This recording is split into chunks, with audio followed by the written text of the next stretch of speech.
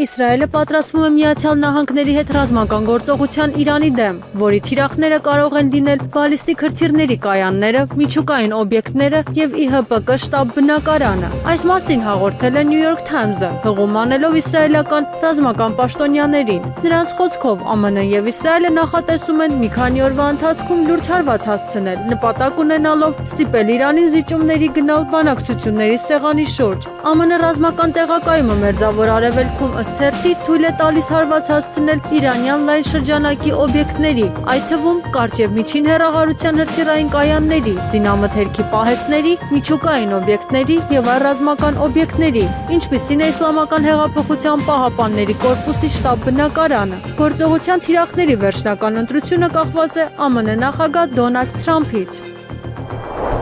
ԱՄՆ-ն դուրս է բերում իր բոլոր մնացած զորքերը Սիրիայից, հաղորդում է Wall Street Journal-ը, հղում անելով աղբյուրներին։ Ըստ ամսագրի, ԱՄՆ-ն արդեն իսկ Արաբական Հանրապետությունից դուրս է բերում մնացած մոտ 1000 ամերիկացի զորքերին։ Այս գործընթացը կարող է տևել մոտ 2 ամիս։ Որոշումը կապված չէ ԱՄՆ-ի եւ Իրանի միջև լարվածության սրման հետ։ ԱՄՆ-ն ակնկալում է, որ Իրանի ղեկավարությունը կներկայացնի գրավոր առաջարկ տարաձայնությունները լուծելու համար։ Նման տեսակետ է հայտնել Reuters-ը, հղում անելով ԱՄՆ վարչակազմի աղբյուրներին։ Նրանց հաղորդագրությունների համաձայն Իրանը, ինչպես սպասվում է, գրավոր առաջարկ կներկայացնի կանխելու ԱՄՆ-ի հետ առճակատումը Ժնևում կայացած բանակցություններից հետո։ Գործակալության տվյալներով Մերձավոր Արևելքում տեղակայված ամերիկյան զորքերը տարածաշրջան կտեղակայվեն մինչև մարտի կեսերը։ Միևնույն ժամանակ ԱՄՆ պետքարտուղար Մարկո Ռուբիոն, ինչպես սպասվում է, փետրվարի 28-ին կայցելի Իսրայել, վարչապետ Բենյամին Նեթանյահուի հետ հանդիպելու համար։ ԱՄՆ նախագահ Դոնալդ Թրամփը դեռևս վերջնական որոշում չի կայացրել Իրանին հարվածելու վերաբերյալ, սակայն ԱՄՆ զինված ուժերը պատրաստ են դա անել արդեն այս շաբաթավերջին, հաղորդում է CNN News-ը, հղում անելով իր աղբյուրներին։ Մի աղբյուրի համաձայն նախագահը ի թիվս այլ բաների մասնավոր զրույցներում արտահայտել է ինչպես Իրանին հարվածելուն իր աջակցությունը, այնպես էլ դեմ լինելը եւ հարցրել է իր խորհրդականների եւ ԱՄՆ դաշնակիցների կարծիքը։ Հաղորդվում է, որ փետրվարի 18-ին Սպիտակ տանը այս թեմայով հանդիպում է տեղի ունեցել բարձրաստիճան պաշտոնյաների հետ։ Ավելին, նույն օրը ԱՄՆ նախագահի հատուկ դեսպանորդ Սթիվեն Ուիթքոֆը եւ ձեռնարկատեր Ջարեդ Քուշները Թրամփին տեղեկացրել են փետրվարի 17-ին Իրանի հետ տեղի ունեցած անուղղակի բանակցությունների մասին։ Միացյալ Նահանգները Մերձավոր Արևելք է տեղակայում իր ամենամեծ ռազմաօդային ուժերը 2003 թվականին Իրաք ներխուժումից ի վեր, ասվում է Wall Street Journal-ում հրապարակված գնահատականում։ Ըստ տեղեկությունների, ԱՄՆ-ն շարունակում է ամրապնդել իր ռազմական հզորությունը Մերձավոր Արևելքում, այնտեղ տեղակայելով F-22 եւ F-35 կործանիչներ։ Երկրորդ ավիակիրը եւ հրամանատարական վերահսկողական ինքնաթիռները նույնպես ճանապարհին են դեպի տարածաշրջան։ Ուժերի այս կենտրոնացումը Վաշինգտոնին հնարավորություն կտա մի քանի շաբաթվա մարտական գործողություններ իրականացնել Իրանի դեմ, հաղորդում է հրատարակությունը, հղում անելով ԱՄՆ պաշտոնյաներին։ Պարբերականի տվյալներով ԱՄՆ նախագահ Դոնալդ Թրամփը դեռևս վերջնական որոշում չի կայացրել Իսլամական Հանրապետության դեմ հարվածների վերաբերյալ։ ԱՄՆ-ի, Ռուսաստանի եւ Ուկրաինայի ներկայացուցիչները բանակցությունների ընթացքում հասել են աստիճանական, սակայն նշանակալի առաջընթացի, ապագա հրադադարի ռեժիմի գործարկման մեխանիզմների հարցում։ Նման տեսակետ է հայտնել CNN News-ը, հղում անելով իր աղբյուրներին։ Ըստ հաղորդման, հատկապես ռազմական մակարդակով քննարկումները տվել են զգալի արդյունք։ Նշվում է, որ թեև քաղաքական բանակցությունները շարունակվել են լարված մթնոլորտում, ռազմական ուղղությամբ շփումները պաշտոնյաների մոտ ձևավորել են զգուշավոր լավատեսություն։ Կողմերը հստակեցրել են մի շարք առանցքային պայմաններ եւ ձևակերպումներ, որոնք կարող են հիմք հանդիսանալ ապագա համաձայնությունների համար։ ԲՀԿ առաջնորդ Գագիկ Ծառուկյանի տանը զննություն է կատարվել, հայտնել է փաստաբան Էմին Խաչատրյանը։ Ըստ նրա, քրեական գործը որևէ առնչություն չունի Ծառուկյանի հետ, այլ հարուցվել է դեռ 2020 թվականին, վերաբերվում է Առինջ համայնքի նախկին պաշտոնատար անձանց։ Փաստաբանը նաև նշել է, որ գործի շրջանակում առաջացել է անհրաժեշտություն փորձագետների միջոցով զննել որոշ հողատարածքներ, որոնց մի հատվածը համընկնում է Ծառուկյանին պատկանող տարածքների հետ։ Ռուսաստանից Հայաստան 1 ավիաչվերթ չեղարկվել է եւս 3-ը կիրականացվեն ուշացումով, այս մասին վկայում են Զվարթնոց միջազգային օդանավակայանի առցանց չվացուցակի տվյալները։ Օդանավակայանի տեղեկատվության համաձայն չի կայանա Շիրակ ավիաընկերության Մոսկվա-Երևան երթուղով չվերթը։ Բացի այդ ուշացումով կիրականացվեն Մոսկվայից Երևան 2 չվերթ, ինչպես նաեւ 1 չվերթ Կրասնոդարից, չվացուցակի փոփոխությունների պատճառները չեն հստակեցվում։ Ենթադրաբար դա կապված է անոմալ տեղումների հետ։ Ռոսավիացիայի տվյալներով Մոսկվայի ժամանակով 08:00-ից մինչև 10:00 Մոսկվայի ավիահանգույցի օդանավակայանները սպասարկել են եւս 100 չվերթ։ Չնայած տարածաշրջանում շարունակվող անոմալ տեղումներին եւ քամու պորտկումներին, օրվա սկզբից դրանք սպասարկել են 320 չվերթ, 6 չվերթ ուղղորդվել է դեպի պահեստային օդանավակայաններ։ Դատարանը վարույթ է ընդունել նախկին Տեր Թադեի դեմ եկեղեցու ներկայացրած հայցերը։ Հայաստանյան Ծառաքելական Սուրբ եկեղեցին 2 առանձին հայցադիմում է ներկայացրել ընդդեմ Թալինի Սուրբ Աստվածածին եկեղեցու կարգալույց քահանա Արամայիս Դավթի Թախմազյանի։ Եկեղեցին Արամայիս Թախմազյանից պահանջում է վերադարձնել տրված բնակարանն ու Թալինի Սուրբ Աստվածածին եկեղեցու բանալիները։ Դատական տեղեկատվական համակարգից տեղեկանում ենք, որ Արագածոտնի մարզի առաջին ատյանի ընդհանուր իրավասության դատարանի դատավոր Զարուհի Մկրտչյանը 2 հայցադիմումն էլ ընդունել է վարույթ։ Փետրվարի 18-ին Հայաստանում արձանագրվել է չիկունգունյա տենդ հիվանդության դեպք, հիվանդը վարակվել է Սեյշելյան կղզիներում մոծակի խայթոցից, տվյալ պահին հիվանդի առողջական վիճակը գնահատվում է բավարար։ Այս մասին տեղեկացրել են հիվանդությունների վերահսկման եւ կանխարգելման ազգային կենտրոնից։ Հիվանդության գաղտնի շրջանը կազմում է 2-ից 12 օր, հիմնական ախտանշաններն են տենդ, սացտիկ, հոդացավ, մկանացավ, մաշկային ցանավորում, թուլություն։ Վարակը փոխանցվում է մոծակի խայթոցի միջոցով։ Վարակը մարդուց մարդուն չի փոխանցվում, վարակի դեմ պատվաստանյութը չի ստացել լայն կիրառում, ռիսկի խմբեր են համարվում քրոնիկ հիվանդություններ ունեցող եւ տարեց մարդիկ, ինչպես նաեւ հղիները։ Մահացության դեպքերը հազվադեպ են եւ վարակվածների շրջանում կազմում են մոտավորապես 1%, հիմնականում տարեցներ քրոնիկ հիվանդություններ ունեցող անձինք։ Վարակվելու հավանական ռիսկերը նվազեցնելու համար անհրաժեշտ է օգտագործել հագամիջատային ցանցեր, կրել փակ հագուստ, երկարաճիտ կոշիկ, օգտագործել միջատավանիչ նյութեր եւ սարքեր։ Իսրայելում բերման են ենթարկել ամերիկացի լրագրող Թաքեր Կարլսոնին եւ նրա աշխատակիցներին ԱՄՆ դեսպան Մայք Հաքաբիի հետ հարցազրույցից հետո, հաղորդում է Daily Mail-ը։ Նրանք ներկայացան որպես օդանավակայանի աշխատակիցներ, վերցրին մեր անձնագրերը, մեր գլխավոր պրոդյուսերին տարան առանձին սենյակ եւ պահանջում էին, որ պատմի, թե ինչ ենք քննարկել դեսպան Հաքաբիի հետ։ Հիշել է ամերիկացի լրագրողը։ Տարօրինակ էր, մենք արդեն երկրից հեռացել ենք, ասել է նա նշելով, որ արդեն հեռացել է երկրից։ ԱՄՆ-ի հնարավոր ռազմական գործողությունը Իրանի դեմ կարող է տևել ոչ թե մի քանի օր, այլ շաբաթներ։ Այս մասին հայտնում է ամերիկյան TWZ պարբերականը, նշելով, որ Վաշինգտոնը ակտիվորեն ուժեր եւ ռազմական տեխնիկա է տեղափոխում Մերձավոր Արևելք, երկարատև օդային արշավի համար անհրաժեշտ կարողություններ ապահովելու նպատակով։ Հոդվածում ընդգծվում է, որ տարածաշրջանում արդեն կենտրոնացած ամերիկյան ուժերը, ինչպես նաև Իսրայելի ռազմաօդային ուժերի հարյուրավոր կործանիչներ ու ԱՄՆ ռմբակոծիչները միասին կարող են ապահովել լայնածավալ ռազմական գործողություն։ Ըստ պարբերականի մոտ օրերս հնարավոր է տարածաշրջան տեղափոխվեն նաև լրացուցիչ ուժեր։ Ավելի վաղ որոշ ռազմական վերլուծաբաններ ենթադրել էին, որ ԱՄՆ-ն Իրանի դեմ կարող է կիրառել յուգոսլավական սցենարը, հարվածներ հասցնելով կարևոր ենթակառուցվածքներին, երկրի կառավարման համակարգը կաթվածահար անելու նպատակով, սակայն նման գործողության մասին պաշտոնական հաստատում դեռևս չկա։ Ռուսական ռազմական թեմաներով բլոգեր Ալեքսեյ Ժիվովը քննադատել է Ուկրաինայի առաջնորդ Վոլոդիմիր Զելենսկու հայտարարությունները կապված հրադադարի վերահսկման հնարավոր մեխանիզմների հետ։ Նրա կարծիքով ԱՄՆ-ի մասնակցությամբ հրադադարի վերահսկման գաղափարը մտահոգիչ է հնչում։ Ժիվովը նշել է, որ պարզ չէ, թե գործնականում ինչպես կարող է իրականացվել նման վերահսկողությունը հնարավոր զինադադարի դեպքում։ Նրա խոսքով նման սցենարը կարող է ենթադրել ամերիկյան ուժերի ներկայություն հակամարտության գոտուն մոտ տարածքներում, ինչը նրա գնահատմամբ կասկածներ է առաջացնում։ Բլոգերը նաև ընդգծել է, որ իր կարծիքով բանակցությունների ընթացքում դեռևս չի նկատվում, որ Կիևը պատրաստ է զիջումների գնալ։ Նա հիշեցրել է, որ Զելենսկին հայտարարել էր Դոնբասից ուկրաինական ուժերի դուրսբերման հարցում առաջընթացի բացակայության մասին, այն բնութագրելով որպես կարևոր խնդիր բանակցային գործընթացում։ Ռուսաստանի անվտանգության խորհրդի փոխնախագահ Դմիտրի Մեդվեդևը հայտարարել է, որ Ուկրաինայի զինված ուժերի նախկին գլխավոր հրամանատար Վալերի Զալուժնիի եւ նախագահ Վոլոդիմիր Զելենսկու միջև սկսվել է քաղաքական հակամարտություն։ Ռուս պաշտոնյան նաեւ ենթադրել է, որ Զալուժնին կարող է սկսել սեփական քաղաքական պայքարը։ Միաժամանակ վերջինս հաճախ դիտարկվում է որպես Ուկրաինայի նախագահի հնարավոր թեկնածուներից մեկը Զելենսկու հիմնական մրցակիցների շարքում։ Ավելի վաղ Զալուժնին Associated Press-ին տված հարցազրույցում մեղադրել էր Զելենսկուն 2023 թվականի ուկրաինական հարձակման ձախողման համար, նշելով, որ ՆԱՏՕ-ի գործընկերների աջակցությամբ մշակված պլանը չի իրականացվել անհրաժեշտ ռեսուրսների չտրամադրման պատճառով։ Մեդվեդևը այդ հայտարարություններին արձագանքել է «Դե ինչ, ահա եւ վերջ» արտահայտությամբ։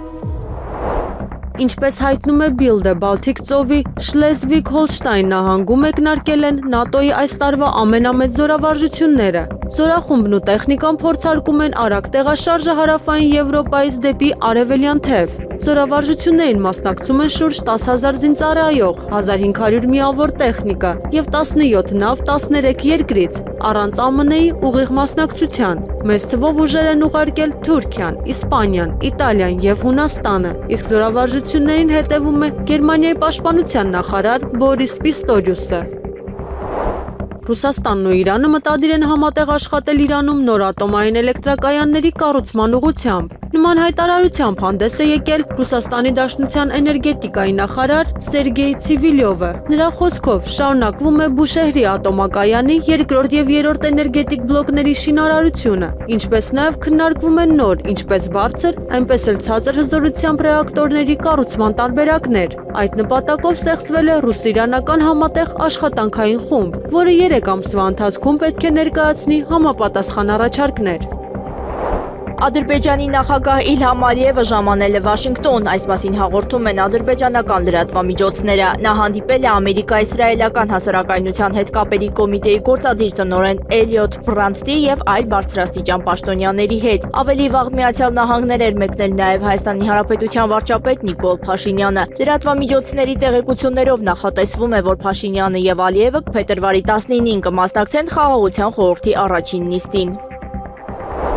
Հայաստանի աշխատանքի եւ սոցիալական հարցերի նախարարությունը տեղեկացնում է, որ Արցախից բռնի տեղահանված ընտանիքների բնակարանային ապահովման պետական աջակցության ծրագրին դիմաց եւ մերժված այն քաղաքացիները, որոնք մերժվել են ներքին գործերի նախարարության միգրացիայի եւ քաղաքացիության ծառայության տվյալների շտեմարանում իրենց տվյալների բացակայության հիմքով կարող են դիմել միջգերատեսչական հանձնաժողովին համապատասխան փաստաթղթերը ներկայացնելով աշխատանքի եւ սոցիալական հարցերի նախարարություն։ Հայտնում եմ նաեւ, որ այս գործընթացում որևէ այլ անձի վճարովի ծառայության կամ կառույցի դիմելու միջնորդության անհրաժեշտություն չկա, քանի որ հանձնաժողովը դիմումներն ընդունում է բացառապես մերժված քաղաքացիների անունից, ինչից հետո դիմումները սահմանված կարգով ուսումնասիրվում են անհրաժեշտության դեպքում համագործակցելով այլ գերատեսչությունների հետ։ Այս մասին իրազեկել է նախարարի մամուլի քարտուղարը։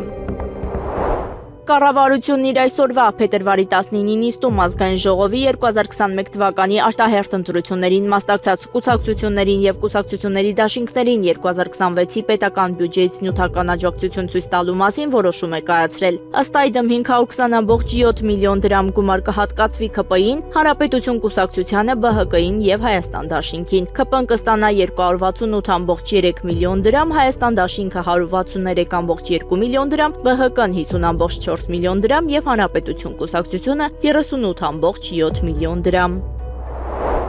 3 սպանության դեպքով ավարտված կրակոցներ էին հնչել Երևանում, մեծ թվով երիտասարդներ հավաքվել էին Աբելյան փողոցում հարցեր պարզելու, սակայն հասնելով դեպքի վայր անմիջապես կրակոցներ էին արձակել, որի հետևանքով կա 1 սպանված եւ 10 վիրավոր։ Պարզվել է մահացածը Երևանի բնակիչ 45-ամյա Արսեն Վարդանյանն է, ով երգում էր ռեստորանում։ Վիրավորներն են Երևանի բնակիչներ 39-ամյա Էդգար Ենոքյանը, 18-ամյա Ներսես Սահակյանը, 42-ամյա Հայկ Աբելյանը, Շիրակի մարզի բնակիչ 31-ամյա Ստեփան Մկրտչյանը, Երևանի բնակիչներ 24-ամյա Արմեն Հակոբյանը, 32-ամյա Դավիթ Զաքարյանը եւ 41-ամյա Գագիկ Սարգսյանը։ Մասնակից մյուս անձանց ինքնությունները ոստիկանությունը դեռ պարզում է։ Ըստ նախնական տեղեկությունների Արմենիա բժշկական կենտրոնից բերման են ենթարկվել Աջափնյակ վարչական շրջանի կրակոցների մասնակիցները։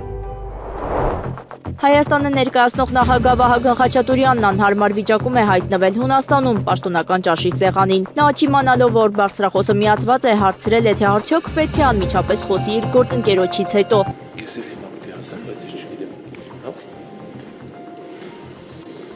Հիմա պետք է ասեմ, Ապա կատակել է, թե հյուրերին սոված են պահում։ սրեշ մարդկանց սոված ենք պահում։ Խաչատուրյանի կատակ բողոքը լսվել է բարձրախոսով։ Այս անհարմար միջադեպին արդեն անդրադարձել է նաև արտասահմանյան մամուլը։ Հունաստանի նախագահի նստավայրում մեկնարկել է Հայաստանի նախագահ Վահագն Խաչատուրյանի և Հունաստանի նախագահ Կոնստանտինոս Տասուլասի հանդիպումը։ Երկու երկրների նախագահները նախ կունենան առանձնազրույց, որից հետո սպասվում է ընդլայնված կազմերով հանդիպում։ Հայաստանի և Հունաստանի նախագահների հանդիպման օրակարգում բազմաոլորտ համագործակցության զարգացմանն ուղղված հարցեր են՝ անվտանգություն, տնտեսություն, առևտրաշրջանառություն, տեխնոլոգիական ոլորտ, գիտություն, կրթություն։ Տեխնոլոգիական ոլորտում երկու երկրների համագործակցությանը նոր շունչ կհաղորդվի փոխըմբռնման հուշագրի ստորագրմամբ։ Հուշագիրը կստորագրեն Հայաստանի Հանրապետության բարձր տեխնոլոգիական և արդյունաբերության նախարարի առաջին տեղակալ Գևորգ Մանթաշյանը, Հունաստանի թվային կառավարման նախարարի առաջին տեղակալը։ Երկու երկրների նախագահների հանդիպման շրջանակում նախատեսված է շքանշանների հանձնման արարողություն։ Հունաստանի նախագահը Հայաստանի նախագահին կհանձնի մեծ խաչ աստիճանի փրկչի շքանշան։ Հայաստանի նախագահը Հունաստանի գործընկերոջը կհանձնի փառքի շքանշան։ Հայաստանի երրորդ նախագահ Սերժ Սարգսյանի նկատմամբ ընտրված խափանման միջոց երկրից բացակայելու արգելքը վերացվել է։ Հակակոռուպցիոն դատարանից հայտնել են, որ դատավոր Խաչիկ Ղազարյանին փոխարինել է Վարդգես Սարգսյանը, որը չէր կարող խափանման միջոցի հարց քննարկել։ Այդ իսկ պատճառով դատավորը պարտավորեցրել է դատախազությանը կիրառված խափանման միջոցը վերացնել։ Հիշեցնենք, որ խոսքը վերաբերում է երրորդ նախագահ Սերժ Սարգսյանի նկատմամբ հարուցված քրեական գործի անջատ մասին։ Հակակոռուպցիոն դատարանը վարույթ է ընդունել գլխավոր դատախազության ապօրինի ծագում ունեցող գույքի բռնագանձման վերաբերյալ հերթական հայցադիմումը։ Գլխավոր դատախազության ապօրինի ծագում ունեցող գույքի բռնագանձման գործերով վարչությունը պահանջ է ներկայացրել դատարանին Ազգային ժողովի հանրապետական խմբակցության նախկին падգամավոր Կարեն Ավագյանից հօգուտ Հայաստանի Հանրապետության բռնագանձել 10 անշարժ գույք, որից 3-ը գտնվում են կենտրոն վարչական շրջանում, 12.718.000 դրամ որպես ապօրինի դրամական միջոցների մնացորդ եւ այլն։ Հիդրոօթերևութաբանության և մոնիտորինգի կենտրոն ՊՕԱԿ-ը ներկայացրել է Երևանում մթնոլորտային օդի որակը փետրվարի 10-ից 16-ը։ Փոշու պարունակությունը գերազանցել է սահմանային թույլատրելի կոնցենտրացիան։ Կենտրոնում ամբողջ շաբաթ, Շենգավիթում փետրվարի 11-ին և 15-ից 16-ը, Արաբկիրում փետրվարի 14-ին, Նոր Նորքում չի գերազանցել։ Ազոտի և ծծմբի երկօքսիդների պարունակությունները չեն գերազանցել սահմանային թույլատրելի կոնցենտրացիան։ Ռուսաստանի Պետդումայի падգամավոր Դմիտրի Բելիկը հայտարարել է, որ Ուկրաինայի առաջնորդ Վոլոդիմիր Զելենսկու հայտարարությունները Ռուսաստանի նախագահ Վլադիմիր Պուտինի հետ հնարավոր անձնական հանդիպման կազմակերպման մասին տեղեկատվական աղմուկ են ստեղծում և կարող են ուղղված լինել բանակցությունների գործընթացը ձգձգելուն։ Նրա խոսքով նման պայմանների առաջադրումը կարող է դիտվել որպես քաղաքական մանիպուլյացիա և եթե Կիևը իսկապես շահագրգռված լիներ խաղաղ կարգավորմամբ, ապա կձեռնարկեր գործնական քայլեր հակամարտության լուծման համար։ Նա նաև նշել է, որ ռուսական կողմը նախկինում առաջարկել էր Զելենսկուն այցելել Մոսկվա Պուտինի հետ հանդիպման համար, սակայն այդ առաջարկը մերժվել է։ Падգամավորի կարծիքով ներկայիս պայմաններում երկխոսությունը կարող է իրականացվել նաև միջնորդների, մասնավորապես ԱՄՆ-ի մասնակցությամբ։ Միացյալ Նահանգները կորցնում է համբերությունը Ուկրաինայի առաջնորդ Վոլոդիմիր Զելենսկու ուկրաինական հակամարտության կարգավորման հարցում զիջումների գնալու մերժման հետ կապված։ Նման կարծիք է հայտնել բրիտանացի լրագրող Ավշին Ռատտանսին, մեկնաբանելով ԱՄՆ նախագահ Դոնալդ Թրամփի կոչը Կիևին արագ նստելու բանակցությունների սեղանի շուրջ։ Վերջինս հայտնել է Վաշինգտոնի համբերությունը կարծես արագորեն սպառվում է, քանի որ Զելենսկին շարունակում է պնդել Ռուսաստանի մաքսիմալիստական պատրանքային պահանջների վրա։ ԱՄՆ նախագահ Դոնալդ Թրամփը հոգնել է Իրանի հետ բանակցություններում առաջընթացի բացակայությունից և առաջիկա շաբաթներին լայնածավալ գործողության հավանականությունը 90% է, հաղորդել է Axios-ը, հղում անելով ԱՄՆ նախագահի խորհրդականներից մեկին։ Ղեկավարը սկսում է հոգնել, նրա շրջապատի որոշ մարդիկ նրանց զգուշացնում են Իրանի հետ պատերազմ սկսելու մասին, բայց կարծում եմ, որ կա 90% հավանականություն, որ մենք առաջիկա մի քանի շաբաթների ընթացքում կտեսնենք ակտիվ ռազմական գործողություններ, հայտնել է անանուն խորհրդականը։ ԱՄՆ-ն կարող է ռազմական գործողություններ սկսել Իրանի դեմ ավելի շուտ և ավելի մեծ մասշտաբով, քան շատերը կարծում են, շարունակել է հեղինակը։ Պորտալի աղբյուրների տվյալներով ռազմական գործողությունը հավանաբար կլինի Իսրայելի հետ համատեղ գործողություն։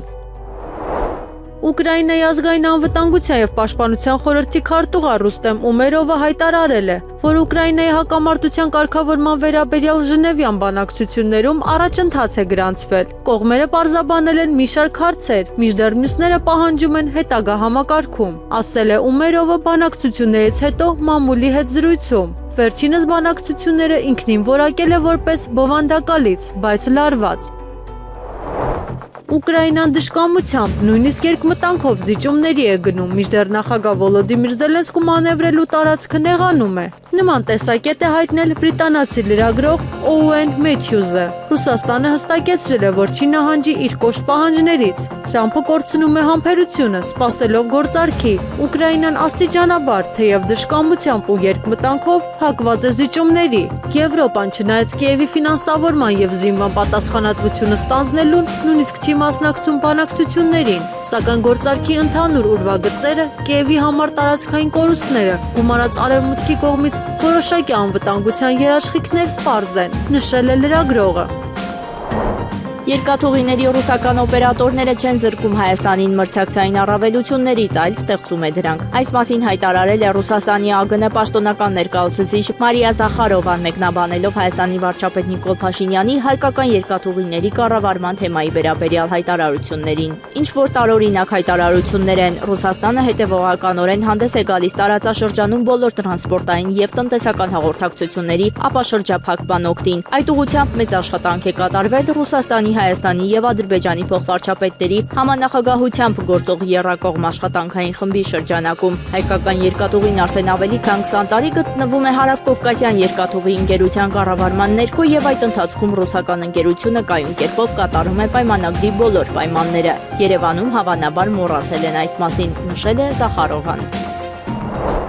Այսօր փետրվարի 18-ին Երևանում ՄԱԿ-ի հայաստանյան ներկայացուցչության գրասենյակի մոտ անցկացվեց խորհրդանշական ակցիա «Ոչ արևմտյան Ադրբեջանին» խորագրով, որի ընթացքում Դեմոկրատական այլընտրանք կուսակցության ղեկավար Սուրեն Սուրենյանցը ՄԱԿ-ի ներկայացուցիչներին փոխանցեց բողոքի նամակ Ադրբեջանի վարած քաղաքականության վերաբերյալ։ Սուրենյանցի խոսքով պաշտոնական հայտարարություններին հակառակ հայ-ադրբեջանական հակամարտությունը չի կարելի համարել ավարտված։ Նա նշեց, որ Ադրբեջանը շարունակում է խաղաղության պայմանագրի ստորագրումը կապել նոր նախապայմանների հետ, պահում է Հայաստանի ինքնիշխան տարածքների մի հատվածը օկուպացված, առաջ է մղում արևմտյան Ադրբեջանի օրակարգը, իսկ Բաքվում պահվող հայ ռազմագերիների նկատմամբ կայացվում են խիստ դատավճիռներ։ Ես այսօր հայտարարում եմ, որ Հայաստանի քաղաքացիները պետք է համախմբվեն ոչ արևմտյան Ադրբեջանի օրակարգի եւ շարժման շուրջ, որտեղ ես մեծ մտավախություն ունեմ, որ մեզ պատմում է Արցախի կորստից հետո այդ տեսլական հեռանկարը։ Նամակները այո հանձնում ենք, ակնկալիքները շատ մեծ չեն, բայց մենք ստիպված ենք այս քայլին դիմում, որտեղ Հայաստանում չունենք ինքնաբավ իշխանություն, որը մեր պետական օրակարգը կսպասարկի եւ Հայաստանի Հանրապետության հարկերի հաշվին վարձատրվելով իր գործառույթը կկատարի եւ արտաքին սպառնալիքները չզոկացնի։ Մյուս կողմից մենք կոչում ենք ՄԱԿ-ին, որ զբաղվի իր առաքելությամբ։ Նրա գլխավոր առաքելությունը հումանիտար իրավունքն է։ Ես խաղաղության ամենահետևողական կողմնակիցն եմ այս երկրում, որտեղ մինչև 44 օրյա պատերազմը շարունակ խոսել եմ փոխզիջումների հիմքով խնդիրի լուծման անհրաժեշտության մասին։ Բայց այն ինչ-որ հիմա կատարվում է, խաղաղության հետ որևէ աղերս չունի։ Պահեստազորի գնդապետ, ռազմաքաղաքական վերլուծաբան Հայկ Նահապետյանը ևս խոսելով ոչ արևմտյան Ադրբեջանին նախաձեռնության օրակարգի մասին, նշում է, պետք է հանրությանը հստակ ներկայացնել հետևյալը. Ադրբեջանի պատկերացած խաղաղությունը իրականում նշանակում է Հայաստանի միակողմանի զիջումներ եւ կապիտուլյացիա։ Հայաստանը չդյուննա զինված ուժեր։ Առնվազն մի քանի տասնյակ հազար հայ պետք է դատվեն Ադրբեջանի դատարաններով։ Հայաստան դիտա փոխհատուցում, ռեպարացիա եւ ռազմական տուգանք, կոնտրիբուցիա։ 1 միլիոն ադրբեջանցի պիտի վերադառնա Հայաստան։ Հայաստանի եւ Իրանի սահմանը ամբողջովին պիտի վերահսկվի Ադրբեջանի եւ Թուրքիայի զինուժի կողմից։ Դա իրապես թիմի միջանցք։ Ակցիայի մասնակիցները հայտարարեցին, որ իրենց նպատակը միջազգային կառույցների ուշադրությունը հրավիրելն է ստեղծված իրավիճակի վրա եւ հասնել արժանապատիվ ու կայուն խաղաղության։ Վաշինգտոնը Մերձավոր Արևելքում միջուկային զենքի տարածման կանխարգելումը համարում է առաջնահերթություն, քանի որ Թեհրանի կողմից միջուկային ռումբի ձեռքբերումը կհանգեցնի անվերահսկելի սպառազինությունների մրցավազքի տարածաշրջանում։ Այս մասին հայտարարել է ԱՄՆ փոխնախագահ Վենսը Fox News-ին տված հարցազրույցում։ Միացյալ Նահանգներն ունի որոշակի կարմիր գծեր։ Մեր հիմնական շահագրգռվածությունը այստեղ Իրանին միջուկային զենքի ձեռքբերումը կանխելն է։ Մենք չենք ուզում միջուկային զենքի տարածում։ Եթե Իրանը միջուկային զենք ձեռք բերի, ապա նրանից հետո բազմաթիվ այլ ռեժիմներ, որոշները բարեկամական, որոշները ոչ այնքան բարեկամական, կցանկանան ձեռք բերել միջուկային զենք։ Դա աղետ կլինի ամերիկյան ժողովրդի համար, ասել է Վենսը։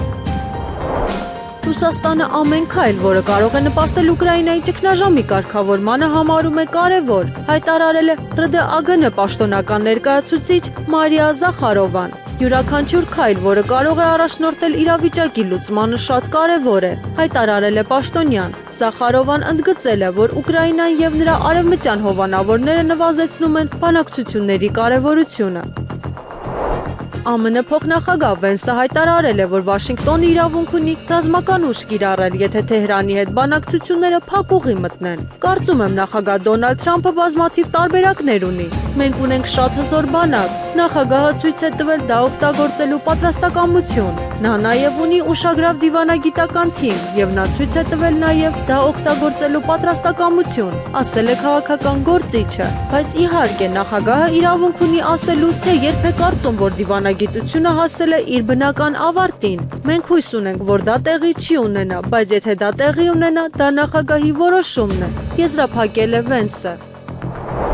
Ավստրիայի Սանկտ Փյոլթեն քաղաքում իր աշխատանքներն է սկսել եպիսկոպոսաց հավաքը, որին մասնակցել են Հայաստանյան Ծառաքելական Սուրբ Եկեղեցու ամենայն հայոց կաթողիկոսության 25 արքեպիսկոպոսներ եւ եպիսկոպոսներ, այդ թվում Երուսաղեմի եւ Կոստանդնուպոլսի հայոց պատրիարքություններից։ Առավոտյան ժողովականները մասնակցել են արևագալի ժամերկությանը, հոգեվոր խորհրդածությունից եւ աղոթական առանձնացումից հետո հետմիջօրեին մեկնարկել է հավաքը։ Եպիսկոպոսաց հավաքը բացվել է տերունական աղոթքով, որին հաջորդել է միասնության մասին Պողոս Առաքյալի եւ Փեսացիներին ուղված նամակից։ Եփեսացիներին ուղված նամակից ընթերցումը, ապա ժողովականներին հայրական իր խոստն ու պատգամն է հղել Գարեգին Բծայրագուն պատրիարք եւ ամենայն հայոց կաթողիկոսը։ Հայաստանից եպիսկոպոսաց հավաքին հաջողվել է գնալ միայն Դանիել ու Արարատ սրբազաններին, մյուս սրբազան հայրերն ու ամենայն հայոց կաթողիկոսը իշխանությունների նախաձեռնած հակաեկեղեցական արշավի շրջանակներում քրեական հետապնդման են ենթարկվել, ունեն մեղադրյալի կարգավիճակ եւ նրանց նկատմամբ խափանման միջոց է կիրառվել